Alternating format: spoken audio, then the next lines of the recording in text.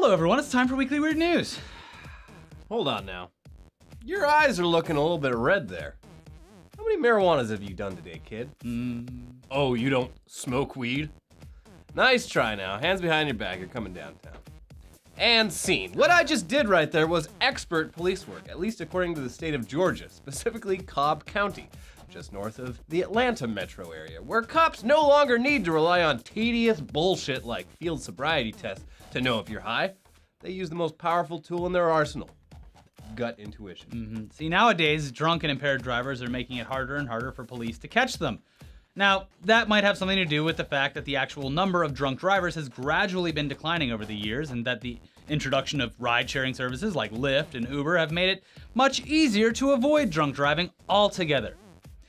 Or it could be that criminals are switching from booze to wacky tobacco as their impaired driving substance of choice. It makes me drive better because I'm really concentrating and driving a lot slower. Yeah, unlock your mind. I'm actually a lot better. Imagine saying that. I'm actually a lot better driving drunk. It's just like, it makes me more loose. Yeah, I'm just so tense all the time. Yeah. Anyway, obviously, driving under the influence of any substance that limits your motor skills and cognitive abilities is dangerous, and you shouldn't do it.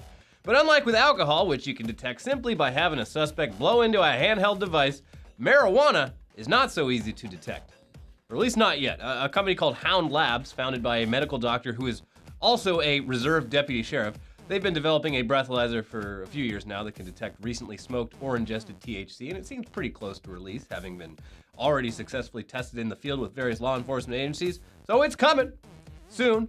For now, though, police still have to rely on field sobriety tests of a suspect's motor skills and cognitive abilities, as well as blood tests that can show whether a suspect used marijuana in the last 30 days or so. Or you could just put your head inside the car and take a big whiff, because that's usually a telltale sign. Smells like bullshit. This, of course, isn't very exact. It doesn't hold up well in court, but the blood test thing, it's sure the hell better than just relying on a hunch, which is apparently the preferred method of cops in Georgia. Recently, Atlanta's NBC 11 ran an investigative news segment about marijuana DUIs in Georgia, and this shit is terrifying and infuriating. Yeah. So the segment featured interviews with 3 young women who had all been arrested for DUIs by Cobb County Police Officer T.T. Carroll, who in 2015 completed a drug recognition expert certificate course through the International Association of Chiefs of Police, or the IACP, a respected nonprofit organization whose mission is to provide information and training to improve the science and practice of police work. A certificate requires a month of training in detecting various involuntary telltale signs for 7 different types of drugs. And to be clear, drug recognition expert, or DRE, DRE, that training has been around for decades, and most studies have shown a very high accuracy rate from officers making arrests based on their training. In the case of Officer T.T. Carroll, though, not so much, mainly because rather than following DRE protocol, he just thinks his certificate makes him psychic. Each of these 3 women that the news program interviewed had been pulled over for things like swerving in a lane. They came up clean on a breathalyzer test. They were asked about their marijuana intake and insisted that they weren't marijuana users. And then they were told by Carroll that they were clearly high on marijuana and were arrested on DUI charges. You know, the surefire thing here is you give them that breathalyzer, but in the breathalyzer is a joint. And then you light did it. Oh! Yup! Gotcha! Got it on camera. The thing to remember is that getting arrested for a DUI is just the beginning of a painfully long process in which you are essentially guilty until proven innocent. One suspect, a waitress, had her alcohol server's permit and driver's license revoked upon being arrested, and then had to spend thousands of dollars in legal fees, only to have her charges thrown out 4 months later because her blood test on the night of the arrest, oh no, it came back completely negative for THC. But hey, at least now we know for sure. Have a nice day, ma'am. Yeah, too bad about, everything that happened to you. Sorry for all the lost income at your job where you weren't allowed to serve alcohol, and the fact that you couldn't drive anywhere, and all the thousands of dollars you spent on a lawyer. Now we know for sure, though. That's why we check. Did they apologize? No, cops don't apologize. Well, that's the problem. You gotta make a YouTube video where you apologize. In fact, even worse, later on you'll see how poorly they respond to any criticism. It couldn't be worse than making a YouTube video and saying, I'm sorry for what happened to you, but honestly, the problem is that you were on marijuana, even though you clearly test. There was something wrong with our blood test. It wasn't No, me. they pretty much end up saying that. No. We'll get to it, though. Yeah, the same thing happened to 2 other suspects, or rather victims, who completely passed their sobriety tests in the field and then spent half a year fighting DUI charges that were ultimately thrown out due to negative test results. Okay. Sorry for the inconvenience, guys. Whoops. Yeah. It was a goof. You can find the videos of all 3 arrests in the links down below, and you'll notice that despite Officer Carroll's extensive DRE training, he doesn't actually do any of the 12-point DRE checklist during the arrest. Turns out, though, that doesn't matter, because cops have the authority to arrest anyone for a DUI simply based on a judgment call, and they'll let the courts figure it out later after you spend thousands of dollars on legal assistance and potentially lose your job. It's a system, and it's in place. What am I supposed to do? Do I look like a judge? Not Only yet. if you're Judge Dredd. Yeah. That hasn't happened yet, though. Anyway, that first victim, the waitress, she actually filed an internal affairs complaint against Carroll for the bullshit that she went through, but oh my god, shocker. The investigation from within the police department concluded that Carroll did nothing wrong, while also saying that, contrary to the opinion of the court, she actually probably had smoked marijuana that night, and it just hadn't showed up on the blood test for, reasons. They said that if she had been given a urine test that night, it probably would have been totally full of THC. Full of it. Despite the fact that, actually in a very smart move, she had actually gotten her own independent urine test from a lab after being arrested, which showed her to be totally clean. She was probably wearing one of those fake dicks inside that thing. Oh, that's not your Excuse dick, me, ma'am. Why is this clean with no THC found? And also, why are you pissing standing Yeah, up? and why does this pee taste like apple juice?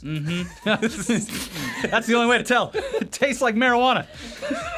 This is one of those marijuana teas. Yeah, that's piss, all right. Ladies' piss. Get the hell out of here. But hey, Officer Carroll is a Cobb County DUI Task Force superstar. The task force was recently given an award by the Mothers Against Drunk Driving Association, or MAD, for their stellar record. And Carroll was given a silver medal for 90 DUI arrests in 2016 alone. Really putting in the hours.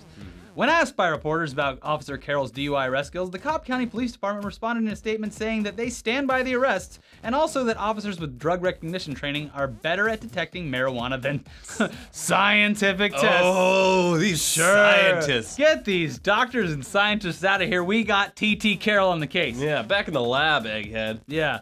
Well, I guess that settles it then. Yeah. Anyways, down in the description, we've included a link to the Reddit news thread on this report, and it's full of stories that people have on similar yet totally pleasant exchanges with DUI cops. It was horrifying. Like, a lot of the stories are about people, like, sleeping in their car and getting a DUI, because the officer, like, wakes them up, and they're obviously groggy, and it's like, oh, you're clearly drunk, DUI, get out of here.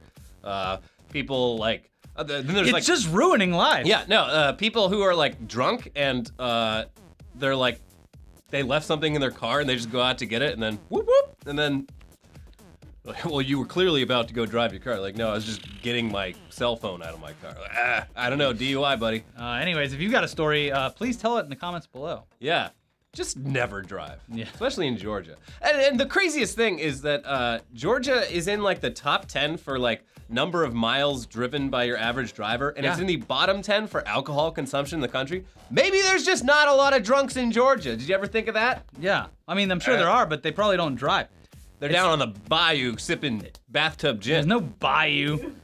It's not a bayou. They're connected to the fucking I don't know, Atlantic Ocean. Isn't the South just one big bayou? No, you're thinking of Louisiana. Out here in Georgia on the Mississippi bayou. or whatever. They got the Chattahoochee River. Chattahoochee River, my mint julep, out here in Georgia. No. No? No, Pyramid of Cans in the pale moonlight. Gumbo. God, yeah, they love gumbo down there. Gumbo and shrimp. No, God, Jesus Christ. Anyway, now let's switch gears and give you a much needed update to this year's most infamous music festival, the Fire Fest, which has attracted so much attention, specifically because it featured no music and no festival. That wasn't the plan. It's like a festival for Lost Boys. Yeah. All you need is your imagination. Mm-hmm. Yeah. That's all they wanted, was for people to finally use their imagination. This invisible slaw is great. Ooh, an apple.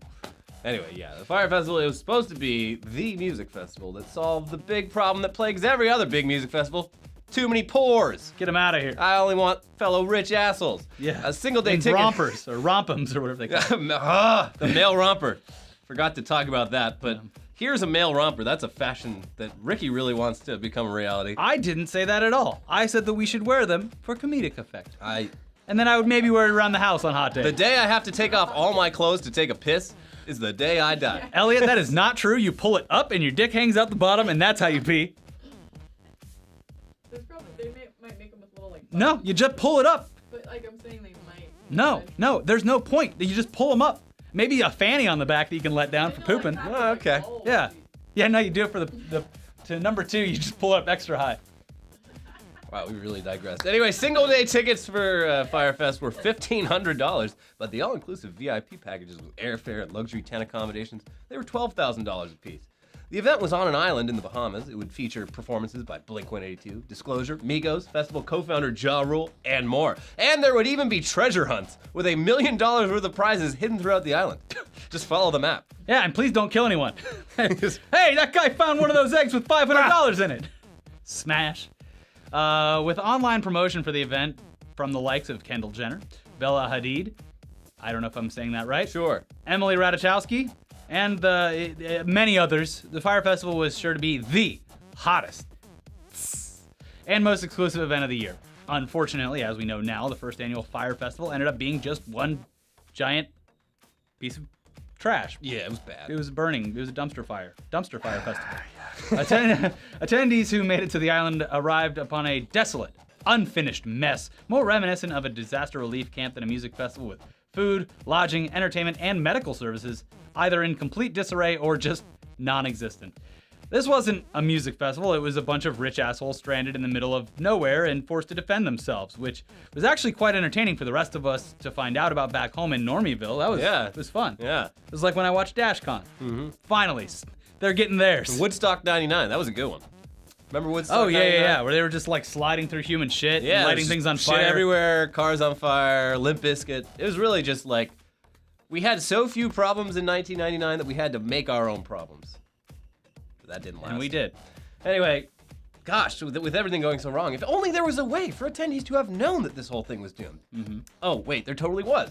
In the weeks leading up to the festival, multiple news outlets reported that the festival had failed to meet deadlines for paying artists and vendors and weren't replying to attendees' email questions. And they also highlighted the fact that festival founder Billy McFarland, 25 years old, had absolutely no previous experience organizing a music festival, and that his previous claim to fame and exclusive credit card for millennials that wasn't actually a credit card at all was basically a giant scam that didn't live up to any of its promises. How could you not trust him? You want this black card, right? I mean, it's not a real black card. You basically transfer the data from your shitty American Express or a Bank of America card, and now it's on the black card. Yeah. So you pull it out, and they're like, whoa, ooh. cool. So there were plenty of red flags leading up to the event, and in retrospect, it seems likely that Firefest made all of its promises under the assumption they'd be able to attract a bunch of investments in time to actually make their promises a reality, including a potential $25 million deal with Comcast that fell through just days before the event.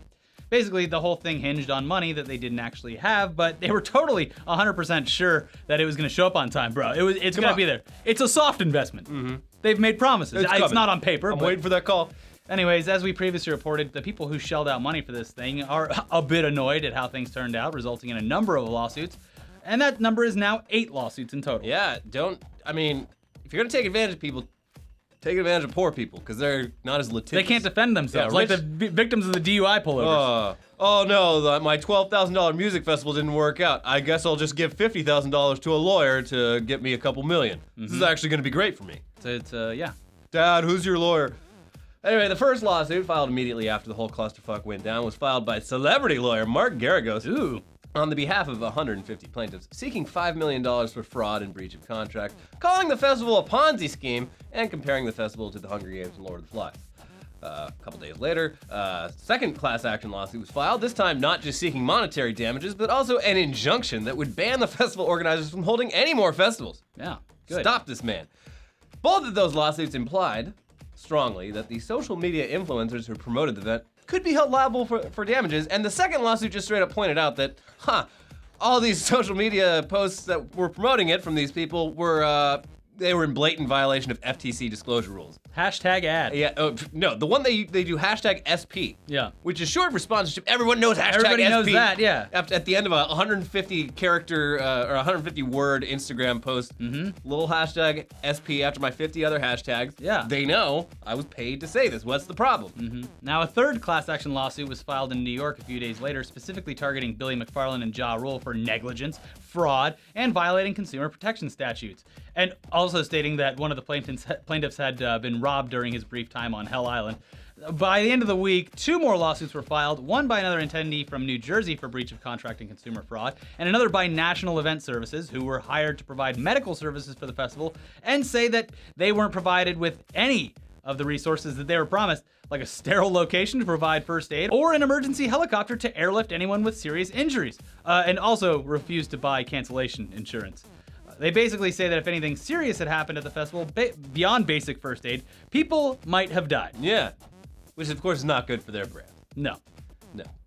A few days later, a 6th lawsuit was filed in Florida for the same fraud, negligence, and breach of contract charges, but it added a new chapter to the Fire saga by claiming that Firefest organizers were finding people's Twitter accounts of attendees who were complaining about, the event and how inconvenienced they were. And they were sending those people cease and desist letters, threatening to sue them for inciting violence and civil unrest unless they remove their critical tweets.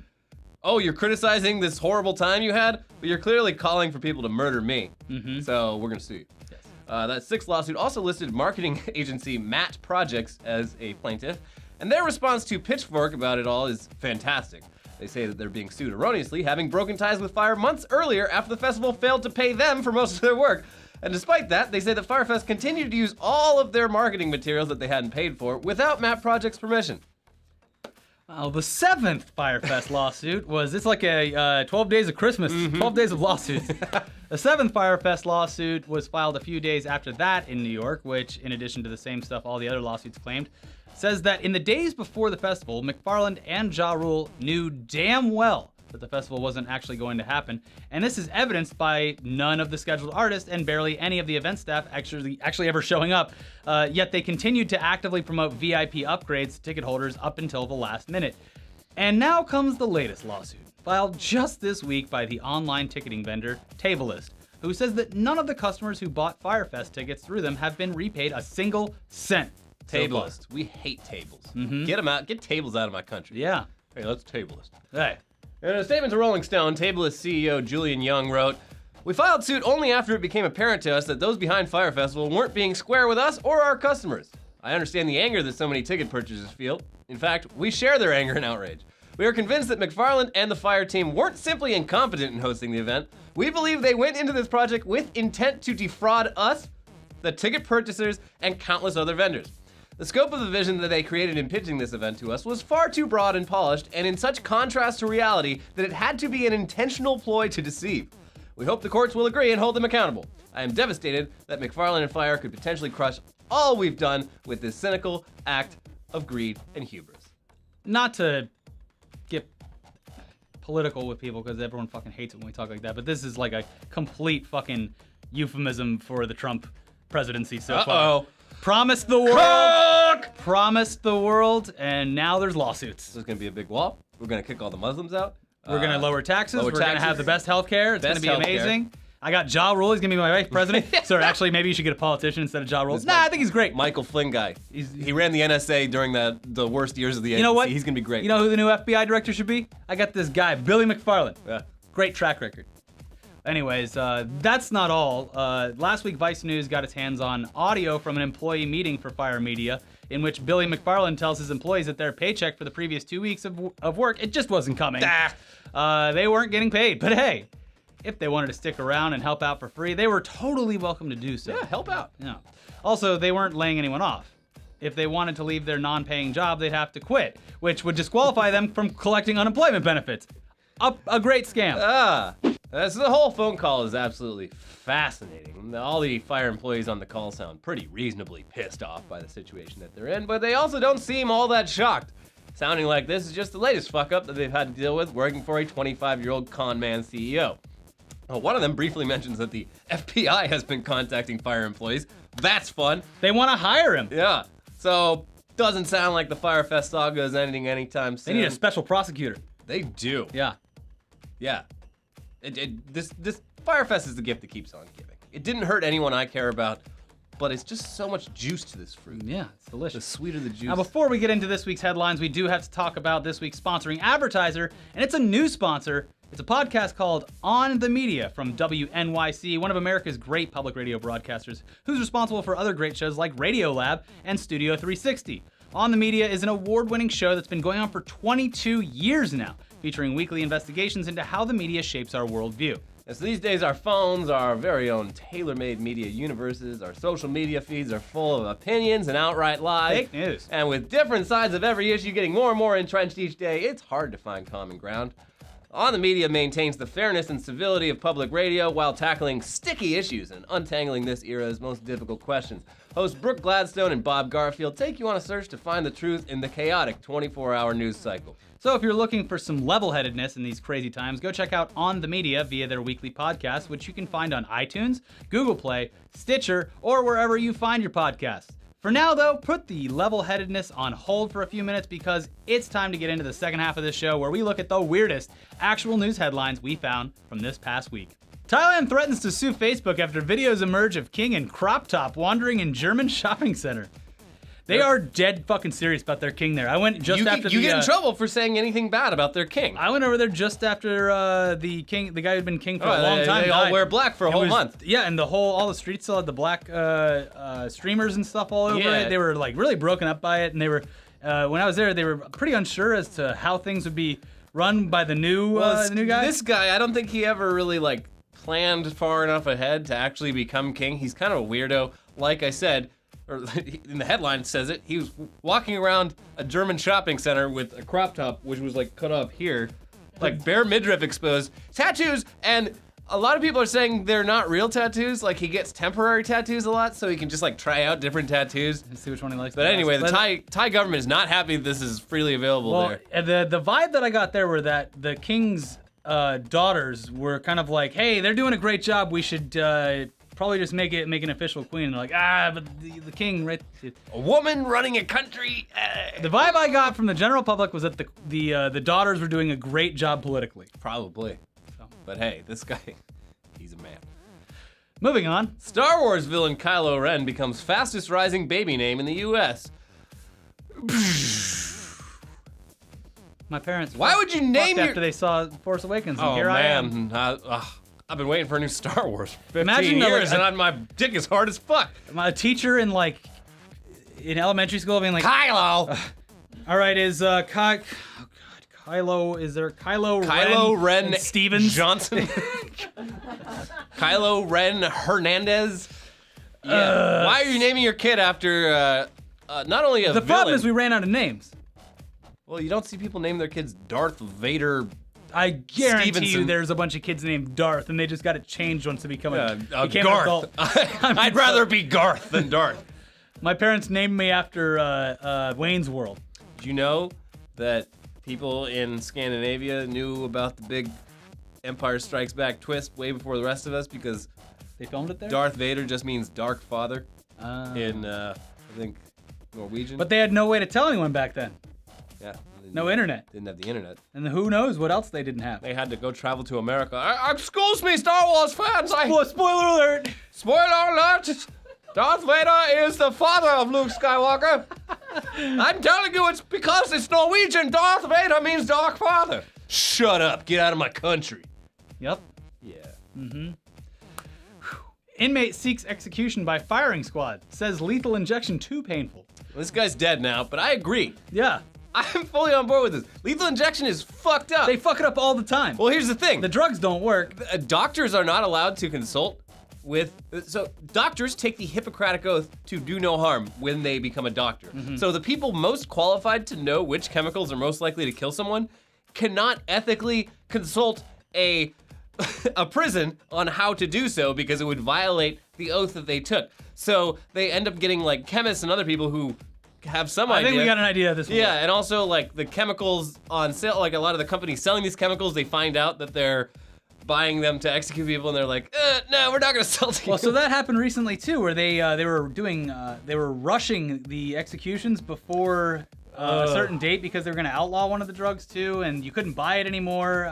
It was It's crazy, and like the people suffer for like hours if it's botched. bad. I mean, You're gonna die like that on a firing squad. I'm not gonna say that I'm totally against the death penalty, but I'm pretty against the death penalty. And I think if you're gonna do it, shooting someone dozens of times simultaneously probably works great. It's worked great before. The best method the French came up with 300 years ago, the guillotine. Yeah, Fucking just chop that thing off, boom, dead. yeah. Why do we gotta fucking I heard this like hurts your blood, so let's jump it in. This hurts your blood. Yeah, okay, all right, he's dead now. I think it's a weird kind of. The reason that it's done like that is that it's a weird kind of moral fucked up thing in people's heads where it's like, well, if we don't see any carnage. Yeah, It's like fine. Although you're torturing someone in a completely different method, it's like, oh well, you don't see blood, so it probably hurts less. Yeah, I mean, it's like, I'd rather cut myself a little bit than break a bone. yeah, they should just do it like they do with cattle with the fucking air gun. Just walk up to them and just dead. Just like in No Country for Old Men. Painless. All those victims of Anton Chigurh, I mean, he was a monster of a character, but he killed those people ethically. Sure, I guess. And he should be in charge of executions in this Just carrying his bottle around. country. Hey, dead. Yes, I think that lethal injection is a terrible thing We should because bring, it's botched bring multiple back times. the guillotine. Or Bring back the That's guillotine. it. The electric chair was not. They called it Old Sparky in Florida. Yeah, where the I was chair from. would like fry people alive. They take forever to die. Yeah, their eyes bleed. Yeah, not a pretty sight. Yeah, just shoot them, or don't. Yeah, I mean, death Or just put him away. Death row costs a lot more money than just keeping Yeah, people the in jail. appeals process, it's a problem. Cooks. Anyways, yeah. Arizona radio station stops airing advice on hiding child pornography. Why were they doing it in the first place? So this story is really bizarre, and I still like the details aren't. Nothing's really clear yet, but this radio station is 97 FM in Arizona. The Power Pig. The guy who runs the station, he not that he's a pedophile, not that he enjoys child pornography himself, but he thinks that the laws on child pornography are unfair, and so like Has he been taking his male vitality every pills? hour for the last like 2 years, there's like a 30-second message where he's like, make sure to store things on like secured hard drives and blah, blah, blah, blah, but it's clearly like he's talking about This is on child an FM pornography. station. Yeah, but for some You reason, think like the FCC would get involved in this? I think they are. Well, the FBI, I don't know. So there's a lot. The law enforcement is Well, involved. the FBI, they can't really operate right now. We all know we that. got no boss. But yeah, no, this happened for like 2 years. No, it was only in the last like month where people were like, Hey, huh. So I don't know. pornography. He's talking about pornography. No, not even child Child pornography. Regular pornography. Who cares? Well, Put it on a thumb drive. Put it on a bench in the park. Watch the kids. what? It'd be like, it's like you can't find magazines in the park anymore. Put a thumb drive in the park. Are you saying that our viewers should put pornography on a hard drive and leave it for children? Yeah, I that's what I'm saying. I don't think that's a good idea at all. Nothing illegal, just pornography on a hard drive. You're not responsible for who picks it up. Put a bunch of porn on a thumb drive. They give them out for free all over the place. Just like a 4-gigger. You just fill it up with porn. Go out into the woods. Put it on a tree branch. Put it on a park bench. I think the intention is what makes this so wrong and fucked up. Oh, so it's fine that people used to put crates of They didn't used to put it there for that purpose. It's not like they were fucking like. No, they put like- it there to share. No. No, it wasn't. Why would they put it in the woods? They're not like porn genies or something. No, they were. They were trying to share the love. No, that's not true. Why would they put a crate of porn in the woods? If they didn't want other people, they didn't want kids finding it and discovering sexuality. No, not at all. It was most likely homeless people who were jerking off, and they just left it there. I don't know, that's one theory. Put porn on a thumb drive, stick it in a Or public it place. was like kids stealing it from their parents, and they were like embarrassed to like bring it back or something. So they just leave it out in the thing. It's not like you're going out But there to they- be alone. and they you just would happen have- to forgot. Those people would have factored in, like, I'm putting Oh, who's those people? I'm putting this crate of porn out in the woods where it's surely going to be discovered crate? by others. No one ever found a crate, Elliot. I'm putting it was this. like I'm putting this cage that was- cooler full of porn out in the woods. Surely someone's gonna come across it, and you know what? I'm fine with that because I like to share. No. These episodes of Jugs magazines aren't gonna ruin themselves. Oh, first of all, when you found porn in the woods, I know you're from Southern California. So I've you never. probably You're the one with the porn in the woods. Yeah, no, and it would be like one or half of a magazine that was under some leaves, covered in water and cum and all kinds of stuff, and then you'd find it to be like, whoa, look at those tits. And it's not like a fucking. Remember how you felt. Now imagine finding a thumb drive with 4 gigs of porn. Do you want to help the kids or not? But how do you know there's porn on it? It could be a virus. Well, that's a risk. Youth is all about taking risks. The thing is, I highly doubt that whoever was leaving porn in the woods did it as some sort of like martyr. Like, No, they did it oh, like- my porn, I'll sacrifice my porn for so that children can look at pornography. All right, 1 for me, 1 for you. Can I get 2 copies of the same Jugs magazine, please? And they'd come back a month later and be like, a few pages torn out. My right. job here is done. Done my good deed for the year. Anyway, yeah. And then when you get up to the gates of heaven, What did you do? St. Peter's, What have and you you're like, done with your life? you son? put a porn, you specifically put porn in the woods for children to find. Yeah, I know, pretty great, right? And he's like, yeah, smash. And then you get No, the- absolutely not. I think we're actually going to review your account here to make sure that we don't let you into heaven because it looks like you were leaving porn for children. Yeah, I was leaving porn for children, right? How else are they supposed to find out about the birds and the bees? Not through our public education system, that's for sure. Absolutely not. Well, we've sat on this for too long. Yeah, wow.